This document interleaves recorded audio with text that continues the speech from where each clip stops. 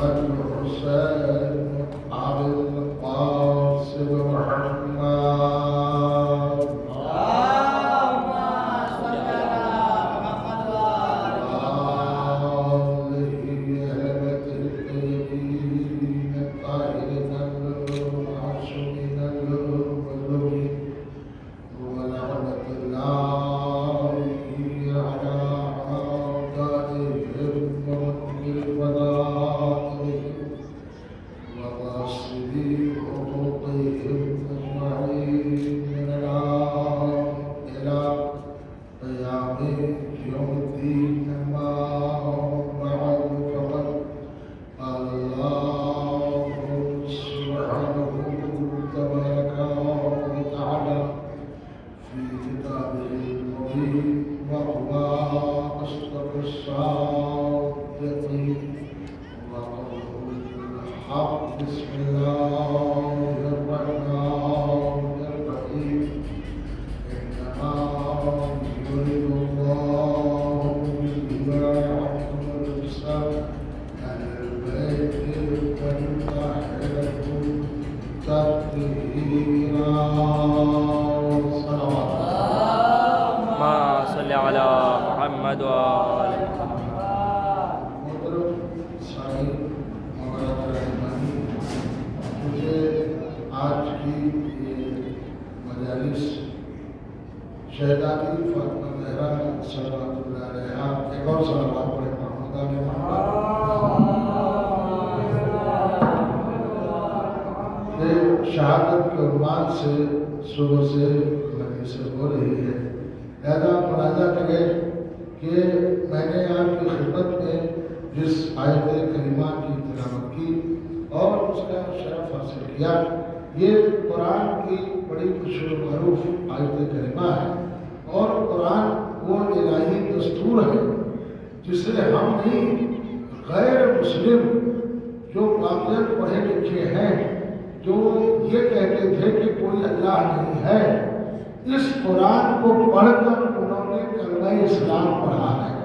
سبحان اللہ. آپ دیکھیں کہ قرآن میں بڑی پیشن گوئیاں ہیں، قرآن میں بہت سی چیزوں کو بیان کیا گیا. مثلا آنے والے قیامت تک کے حالات کو قرآن نے قلم بند کر دیا، لیکن یہ معصوم نے فرمایا پوری کائنات کا علم قرآن میں ہے، پوری کائنات کا علم قرآن میں ہے اور قرآن کا علم ہم اہل بیت میں ہے، پوری کائنات کا. اچھا ہمارے یہاں ہوتا ہے کہ ایک ایک مسئلے پر اس دور میں حکومتیں آئی تھیں. اہل بیت کا کمال یہ تھا وہ بڑے بڑے مسائل کو چٹکیوں میں حل کرتے. کیوں؟ اسی کتاب کے ذریعے سے. اب آپ کو توجہ اسی کتاب کے ذریعے سے میں دو چھوٹی چھوٹی مثالیں آپ کی خدمت میں عرض کر رہا ہوں.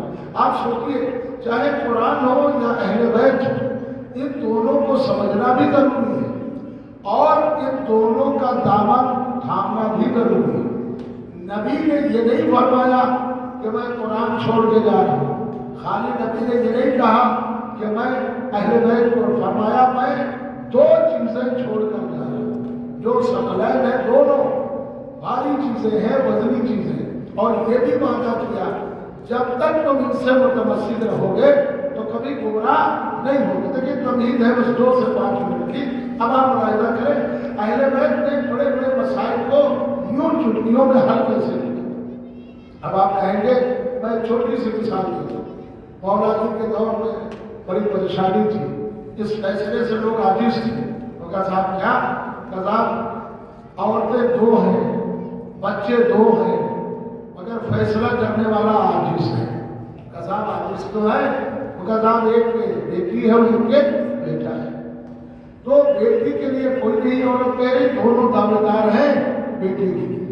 میں شاید اس سے پہلے آیا تھا مجلس میں تو اسی نمبر سے حوالے سے میں نے عرض کیا تھا کہ جب چیز ایک ہو، مکان ایک ہو، کھیت ایک ہو، جگہ ایک ہو اور دعوے دار 2 ہو تو ایک جھوٹا ضرور ہوگا، ایک سچا ضرور ہوگا.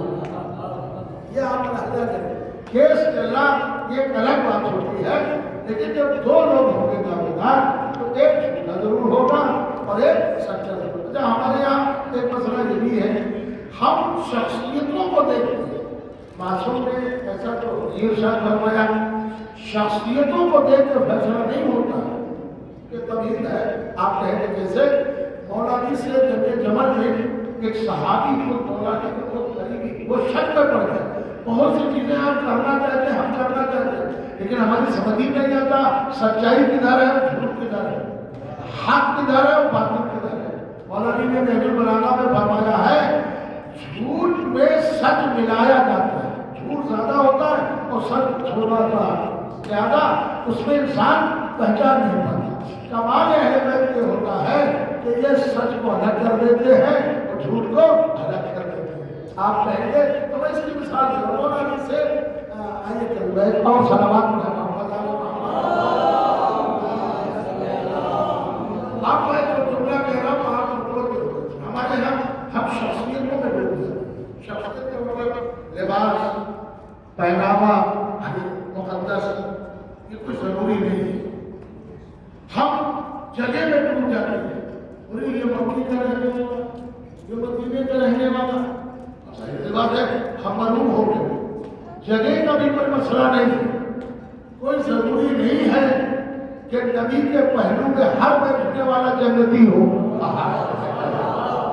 دیکھیے اگر ایسی بات کریں گے تو کوئی ضروری تھوڑی نہ ہے کہ یہ نبی کے پہلو میں ہر شخص بیٹھنے والا ہے لیکن یہ ضروری ہے. میں قرآن کی مثال دیتا ہوں. قرآن میں سورہ محمد ہے اس میں اللہ نے ایک نقشہ کھینچا ہے. کیسے اللہ نے قرآن میں کہا میرے نبی جب تم لوگوں کو مسجد میں درس دیتے تھے ہمارے یہاں نماز کے بعد کہتے ہیں میرے رسول جب تم ان لوگوں کو اچھی اچھی باتیں بتاتے ہو قول حکیمانہ بتاتے ہو نیکی کی باتیں بتاتے ہو اچھائی کی باتیں بیان کرتے ہو علم تم انہیں مانتے ہو تو میرے نبی وہ جو تمہارے پہلو سے پہلو ملا کر بیٹھتے ہیں اور ایسے پہلو سے پہلو ملا کر بیٹھنے والے تھے ایسے چپک گئے کہ آج تک الگ نہ ہوئے. تو اب قرآن کہہ رہا تھا میرے نبی جو اب جب تم انہیں مسجد میں قول حکیمانہ بتاتے ہو اور وہ جو تمہارے پہلو سے پہلو ملائے ہوئے ہیں تمہارے پاس بیٹھتے ہیں جب یہ لوگ مسجد سے باہر نکلتے تھے مسجد ہے اور باہر نکلتے تو یہ ان سے پوچھتے ہیں کہ بھائی ابھی نبی نے بیان کیا کیا. ہم آپ سے پوچھ رہے ہیں جو پہلو میں بیٹھا ہے اور نبی بیان کرے اسے زیادہ سننا چاہیے. کہاں سننا دینے میں تو ٹیچر ہوں ٹیچر پڑھانے والا استاد. میں نے اکثر دیکھا میں اسی پہ پوری ریسرچ کر رہا ہوں. ہمارے سامنے جب بچے بیٹھتے ہیں اور ظاہر سی بات ہے بیٹھ لگے کرسیاں لگے میزیں لگے بچے بیٹھتے ہیں تو ہم بخوبی اندازہ کر لیتے ہیں کہ کون بچہ پڑھنے میں تیز ہے اور کون بچہ کند ذہن ہے. تو جو کند ذہن بچہ ہوتا ہے آپ پوری توجہ رکھیں ہم اسے آگے بٹھاتے ہیں نہیں پیچھے کون بچہ شریف ہے کون بچہ شیطان ہے. تو جو شیطان بچہ شیطانی کرتا ہے اسے آگے بٹھاتے ہیں میرے پاس. اور جو بچہ پڑھنے میں تیز ہو جو بچہ شرافت میں بھی اچھا ہو اسے دور بٹھاتے ہیں. ہمیں معلوم ہے وہ دور رہ کے پڑھ لے گا. سبحان اللہ واہ بات. صلوات پڑھے محمد علی محمد.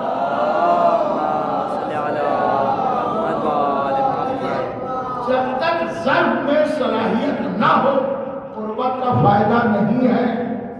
اس صلاحیت ضرب میں بھی ہونا چاہیے تب قربت کا فائدہ. تو جو بچہ قریب ہے ہمیں معلوم ہے یہ شیطان بچہ ہے ذرا اگر دیکھنے لگوں ذرا سے نظر ہٹی تو وہ بچہ کبھی ادھر دیکھے گا ادھر سے پڑھنا تو ہے نہیں. اب آپ سمجھیں بچے کی یہ خاصیت ہوتی ہے کہ جو بچہ پڑھنے میں بالکل بوجھا اور کمزور ہوتا ہے وہ پورے کلاس میں کبھی ادھر دیکھتا ہے کبھی ادھر دیکھتا ہے. اب یہی بچہ جب نماز میں آتا ہے تو اس کی بھی عادت یہی پڑ جاتی ہے. بھائی توجہ رکھیے گا محمد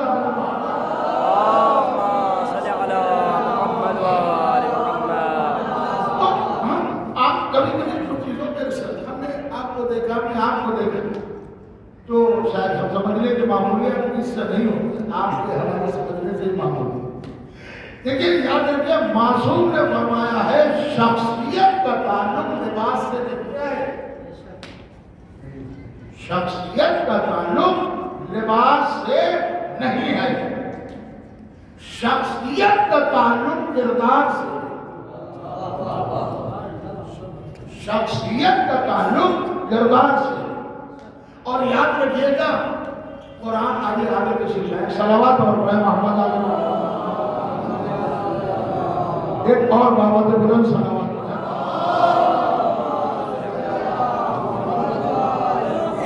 شخصیت کا تعلق لباس سے نہیں ہے. شخصیت کا تعلق کردار سے. شخصیت کا تعلق خالی علم سے نہیں ہے. شخصیت کا تعلق علم کے ساتھ عمل سے. اسی لیے معصوم نے فرمایا بغیر عمل کے عالم ایسا ہی ہے جیسے اندھے کے ہاتھ میں چراغ ہو. بغیر عمل کے عالم ایسا ہی ہے جیسے اندھے کے ہاتھ میں چراغ. معصوم نے یہ بھی فرمایا اگر علم ہے اور تقوی نہیں ہے, پرہیزگاری نہیں ہے, اللہ کا خوف نہیں ہے, تو وہ علم اس کے لیے وبال جائے. آج چاہے جتنا کہیے انگریز بڑے پڑھے لکھے ہوتے ہیں, پڑھے لکھے ہونا الگ ہے, اللہ کا خوف الگ ہے. بھائی توجہ رکھیے گا, اگر اللہ کا خوف ہوتا تو اتنی بڑی جنگیں نہ ہوتی. دیکھیں ہمارے ہاں معصوم نے سیرت دی ہے. اب آپ پڑھا جاتے ہیں سیرت کیا ہے. میں دو جملوں مولا علی نے نہج البلاغہ میں فرمایا کہ دیکھو فوجوانوں والی لشکر نے سرداروں سے کہا دشمن چاہے جتنا کم ہو یا زیادہ ہو مگر تم پہلے حملہ نہ کرو. لڑائی ہوگی ایک ادھر لشکر ایک ادھر, حملہ نہ کرنا پہلے جب تک ادھر سے حملہ نہ ہو. ہم دوسری مثال آپ سنیں ولید مسائل نہیں پڑھا. ولید کے دربار میں مولا حسین کی آواز بنی اور اب جناب عباس جناب مسلم سید سجاد بن ہاشم کیا ہوا, کس نے کہا کچھ چلو کیوں اجازت دے دیتے وہ تو وہاں چند لوگ تھے تو بنی ہاشم سے پورے تھے, جناب مسلم کے ساتھ تھے, ابھی سب کام تمام ہو گیا. امام حسین نے فرمایا کہ ہم جانے میں پہلے ذرا سنیے. ایک منزل وہ آئی کہ جہاں حر نے لجا میں فرض کے ہاتھ رکھا. ظاہر بات ہے 1000 کا لشکر تھا, تو جب 1000 کا لشکر تھا اس سے نپٹنا تو آسان تھا. جو 72 کا لشکر تھا کہہ بھی نہیں سکتا پورے 72, اس لیے 72 اس وقت ہوں گے جب حبیب آ جائیں گے. مگر لشکر حسین میں بہادر اور شیر جس کے سامنے ہزاروں ہو مگر کچھ نہیں. مگر ہاتھ ڈالا. اب جنگ آسان ہے کیونکہ ابھی حسین والے بھی شیر و شہرا. کیا کہا امام حسین نے, ہم جنگ میں پہل نہیں کریں گے, اور آ جائیے. وہ فرات سے خیموں کا ہٹوانا اور عباس کا تلوار کھینچنا اور فرات کے کنارے پلوا ہونا. حسینی جوانوں کو جوش آ گیا, سب کو سمجھا کے لگ گیا نہیں ہم جنگ میں پہل نہیں گئے. وہ شب عاشور اب آپ متوجہ ہے حملہ فوج یزید کا کرنا. یہ تو تھا کہ 9 محرم مغرب سے پہلے حملے کی تیاری کر سکتے. امام حسین نے فرمایا اسے ایک رات کی مہلت ملے. اب عظیم اور آ گیا, آپ نے حملہ نہیں کی. صبح عاشور آ گئی. صبح جب عاشور آ گئی, آپ دیکھیں ملاحظہ کریں گے امام حسین نماز صبح اور یہ نماز صبح اگر ہر حسینی چاہتا تو اپنے خیمے میں نماز پڑھ سکتا. ہمارے یہاں بڑی دینداری دکھائی جاتی ہے کہ ہم کو اتنی دور مسجد میں جانا مشکل ہے, ہم گھر میں پڑھ رہے ہیں. تو جو ایمان ہمیں اور آپ کو گھر سے مسجد تک نہ لا سکے وہ ایمان ہمیں اور آپ کو جنت تک کیا لا سکتا ہے. اتنے ایمان. سب اپنے اپنے خیموں میں نماز